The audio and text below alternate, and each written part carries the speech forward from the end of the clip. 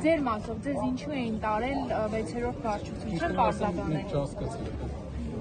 Մի քանի ժամ ձեզ պահել էին այնտեղ։ Ասես թե նույնիսկ սահմանված ժամկետից ավել են պահել։ Բայց չհասկացանք ինչ է, բարձ է, բոլորս էլ հասկանում ենք ինչ է, ինչ-որ էմոցիոնալ փոխումների արդյունք է։ Ես շարունակությունը բան կանեմ։ Շարունակությունը հետո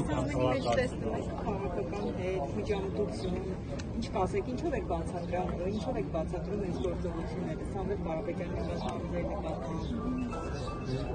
Մենք հերթականությունը կարող բոլորս նայենք, տեսնենք, որ տեղի ունեցել հայտարարություն Սամվել Կարապետյանի, որից հետո հայտնի վիդեոներ, որից հետո հայտնի հրապարակումներ ու հայտարարություններ։ Ամբողջը տեղի ունեցել հանրության աչքի առաջ ու մենք բոլորս կարող ենք տեսնել ինչ մոտիվներով, ինչ են մարդիկ ուզում անել։ Բայց շատ զարմանալի մոտեցումներ, ճիշտ որ ասեմ, շատ հետաքրքիր մոտեցումներ, չգիտեմ, բավական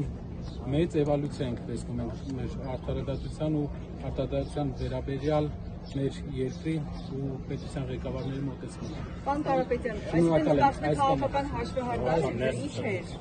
Նիկոլ Փաշինյանն ասում է խառնում են մեր երկրի ներքին կյանքին։ Հաշվեհարդար չի կարող լինել մի պարզ պատճառով, որ պետք է հաջող լինի, որ հաշվեհարդար լինի, հաջող չի լինել։